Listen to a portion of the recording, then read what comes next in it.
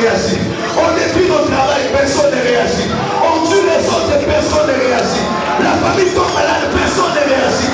Ton père est mort, personne n'a réagi. Dans la famille, on commence à tuer les enfants, personne ne réagit. Mais il est temps que quelqu'un réagisse. Celui-là, c'est toi. Celui-là, c'est toi. Tu dois réagir.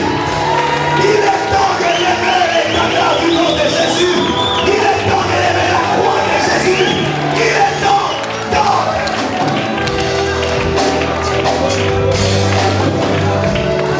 Il est temps que Pharaon apprenne que Dieu existe. Il est temps que la famille remonte la tête. Il est temps que les pauvres disent maintenant nous sommes riches. Il est temps que ceux qui se sont érigés en ennemis pour détruire nos avoirs prennent aussi la fuite parce qu'il est temps de prendre conscience. Il est temps de refuser certaines choses. Il est temps de refuser cette vie de condamnation. Il est temps d'arrêter de pleurer. Il est temps. Il est temps.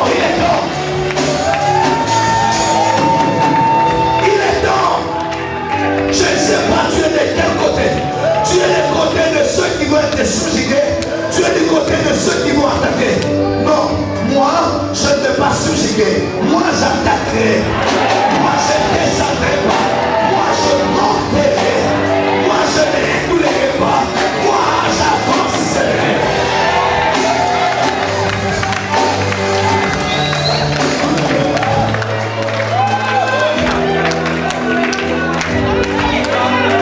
Le Seigneur me dit de parler à quelqu'un comme il avait dit à Moïse. Il a dit, va vers Pharaon, dis à Pharaon, laisse aller mon peuple. Alléluia. Laisse aller mon peuple. God. Je parle comme Dieu a dit à Moïse. Il est temps que tu dises à ces esprits qui vous combattent dans la famille, laisse aller mon mariage, laisse aller mes affaires, laisse aller mes activités, laisse aller mes études, laisse aller mes projets, laisse. Non. Il est temps de parler. Il est temps de parler. Celui qui en veut à ton mariage va laisser maintenant. Celui qui en veut à ta vie va laisser maintenant. Celui qui en veut à ta paix va laisser. Si tu es dans le poids de la puissance de son nom.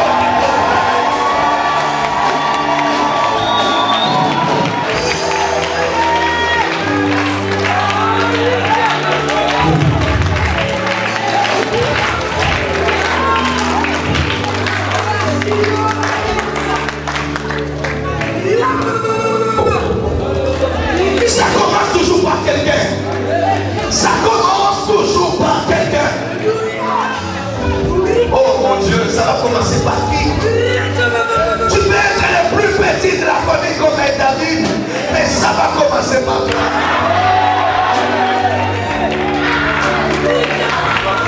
Tu peux être le plus faible, mais ça peut commencer par toi. Oh Dieu.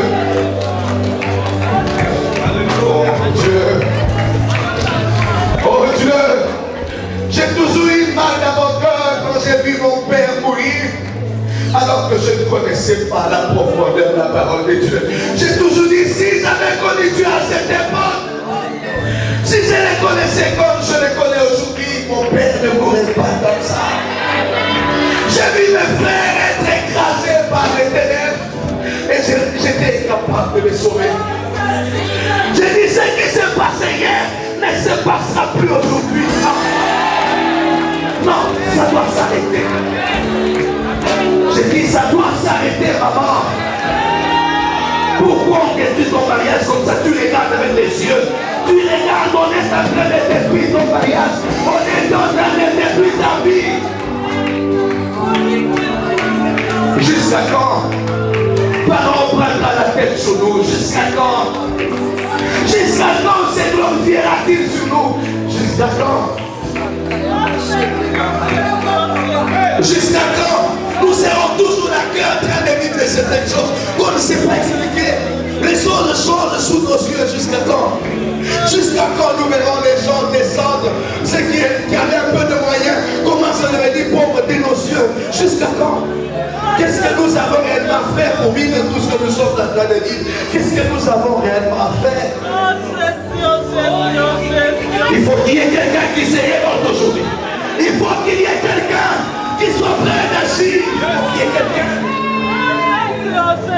ce n'est plus le temps de croiser les bras, c'est le temps de repousser les manches. Pharaon va poser la question pour savoir qui est l'Éternel. C'était un mot nouveau pour moi. Il dit qui est l'Éternel pour que je le écoute. Il dit je ne connais pas l'Éternel, je ne comprends pas ce que vous dites. L'Éternel, il dit je ne le connais pas. Et je ne peux pas non plus laisser à l'aise cette femme parce que je ne connais pas l'Éternel. Vous savez ce que les sorciers font? Vous savez ce qu'ils nous combattent, comment ils font?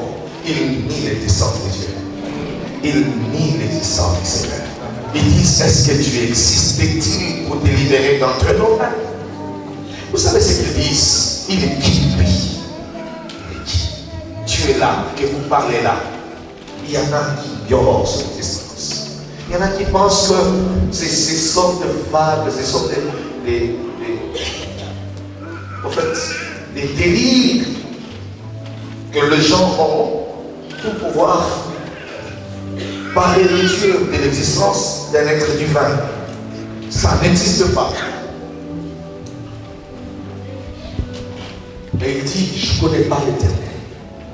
Et allez travailler. D'ailleurs, je vous dis, je ne vais pas vous laisser partir.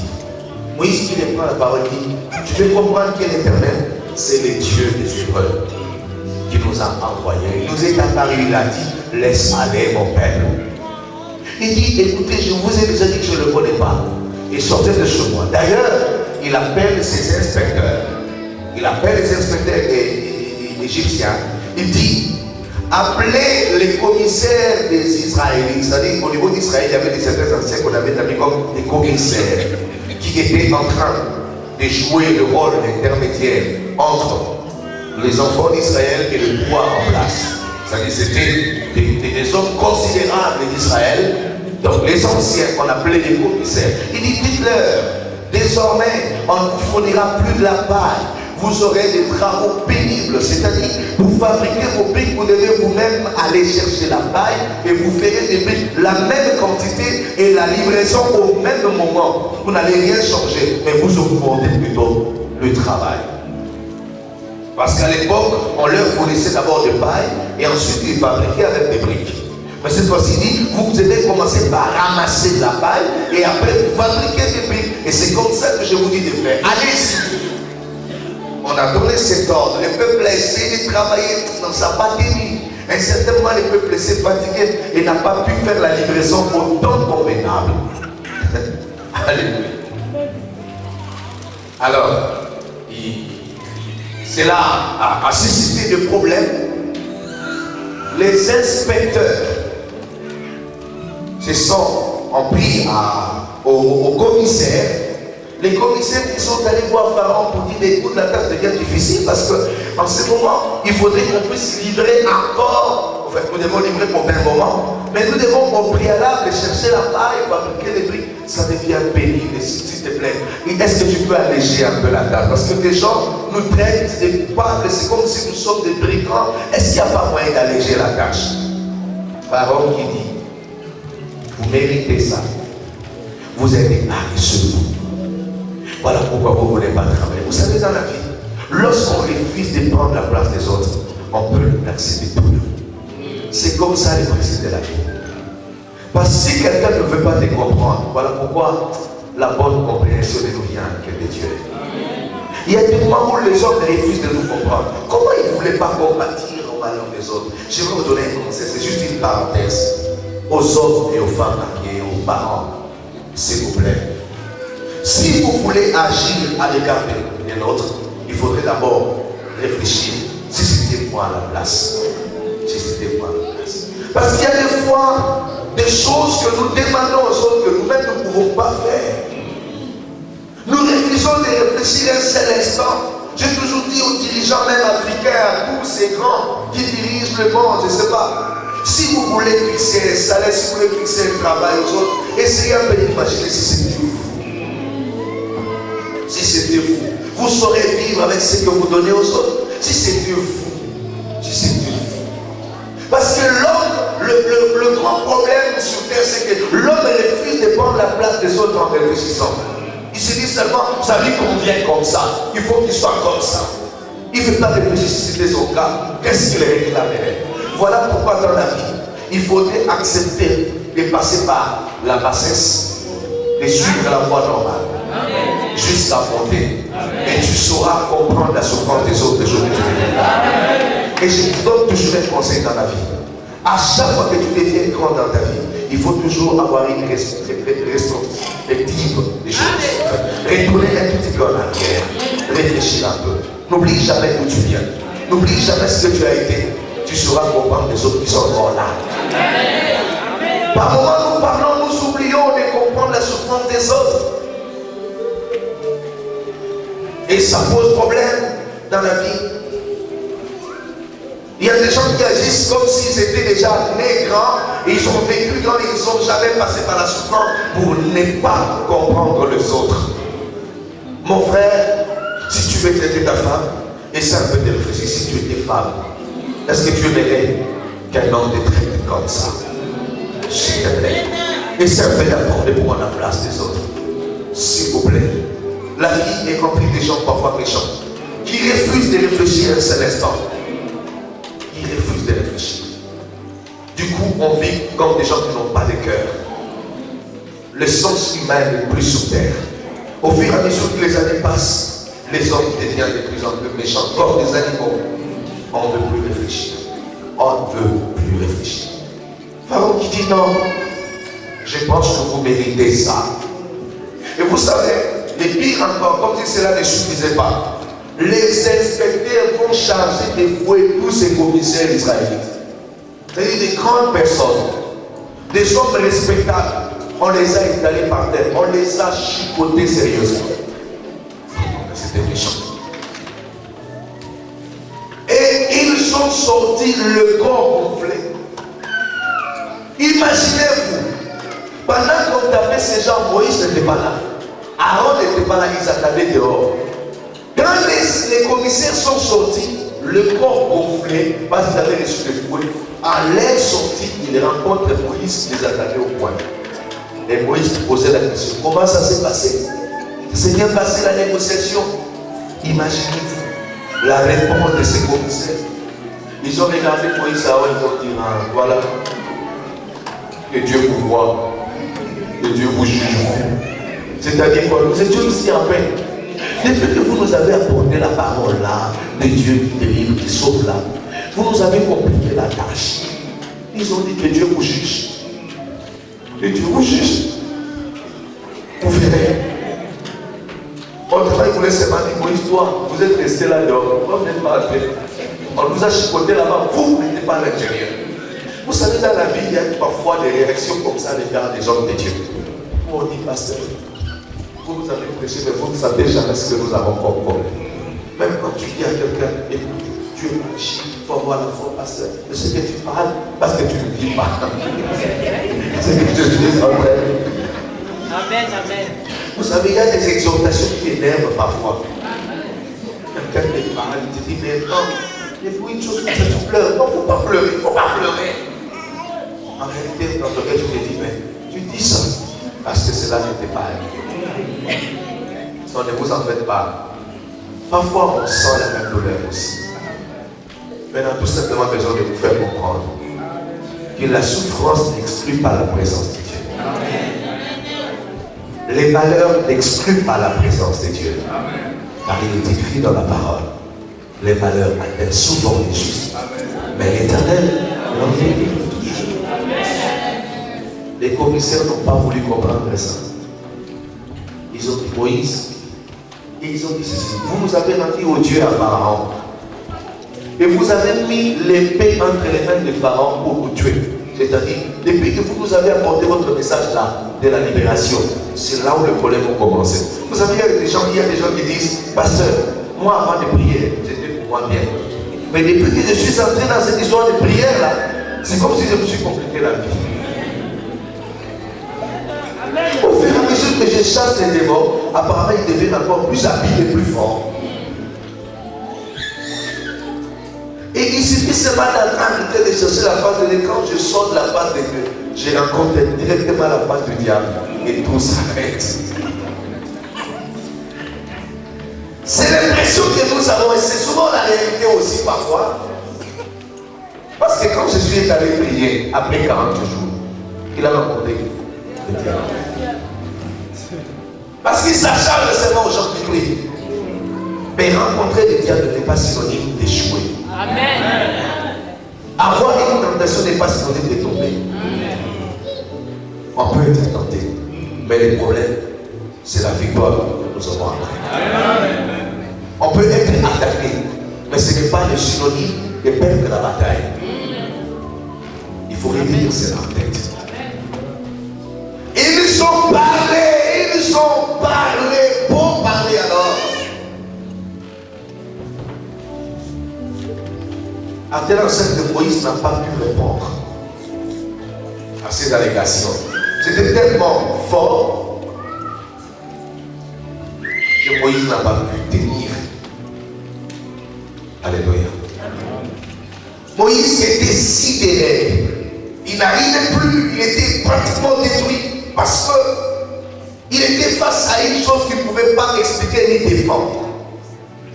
Et c'est vrai que j'ai entendu la voix du Seigneur. Et c'est vrai que vraiment Dieu existe. Avec tout ce que j'ai dit, Moïse s'est retiré. Il est allé dans la présence du Seigneur. Vous savez ce que Moïse a dit à Dieu? Il s'est agité, pasteur. Moïse a dit à Dieu, Seigneur, écoutez la phrase. Pourquoi as-tu fait du mal à ce peuple? Ça, c'est une prière très forte. Est-ce que Dieu fait du mal aux gens? Mais c'est Moïse qui dit, pourquoi as-tu fait du mal à ce peuple? Et il explique, depuis que tu m'as envoyé aller dire cette histoire en parole et les laisser, il ne fait que rendre malheureux ce peuple. Et toi, tu ne l'as même pas délivré.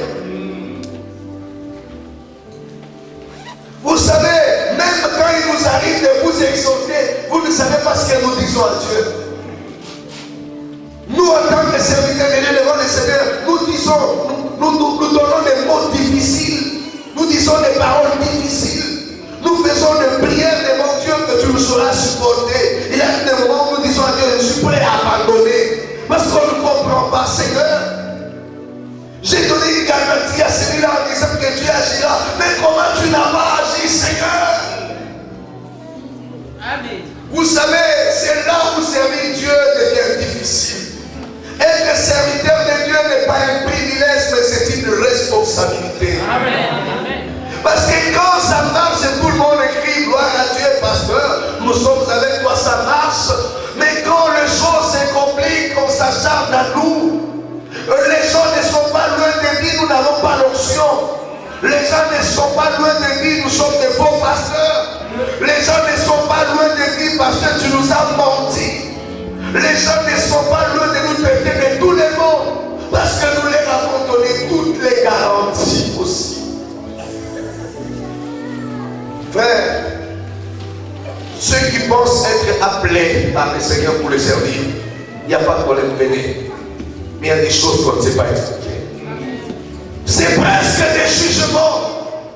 Lorsque tout le monde pleure, lorsque les temps deviennent difficiles, lorsque tu vois tes fidèles en train de connaître des temps difficiles, de passer des moments difficiles, et qu'après la prière tu ne fais rien, tu ne sais rien faire d'autre. À part la prière, qu'est-ce que je veux bien faire? Je ne peux aider mes fidèles que par la prière. Voilà que je suis allé prier, mais les choses ne se sont pas changées maintenant. Qu'est-ce que je veux dire? Les choses n'ont pas changé. Les choses n'ont pas évolué. Qu'est-ce que je veux bien faire? C'est là où la foi d'un pasteur est très importante. La foi d'un leader est très importante.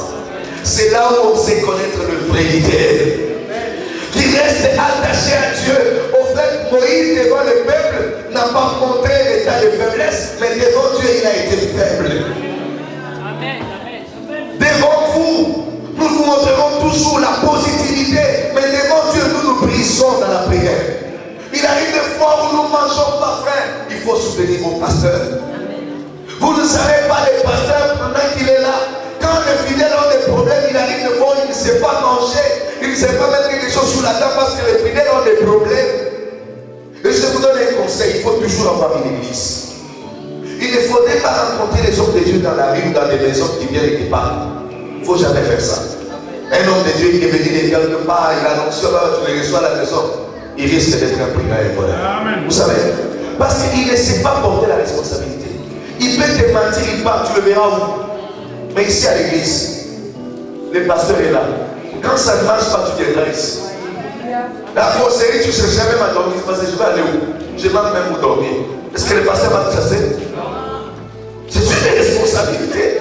Voilà pourquoi il faut soutenir vos pasteurs. Parce qu'il y a des moments où les choses viennent de partout. Et vous n'avez même pas la sincérité de dire ce que vous avez fait parfois. Tu as commis toi-même l'erreur, tu es allé voir des gens qui n'étaient pas serviteurs de Dieu, des faux, qui t'ont menti, il y a eu des choses, des complications. Mais tu dis même pas la vérité parce que tu dis seulement pasteur, Dieu n'agit pas. Mais il n'agit pas, est-ce que tu as suivi les règles? Est-ce que tu as suivi ce que le pasteur t'avait dit? Non. Frère, je vous raconter une histoire très difficile. Je sais qu'on est ici en France. Il y a un oncle à ma femme. Moi et lui, on ne s'était jamais vu comme ça. Parce que quand je lui ai dit, il a mis longtemps. Il m'avait appelé une fois. On m'a dit qu'il avait un problème spirituel. Il avait un problème sérieux spirituel. Comme je ne savais où le recommander de loin, j'étais quand même en train de prier avec lui au téléphone.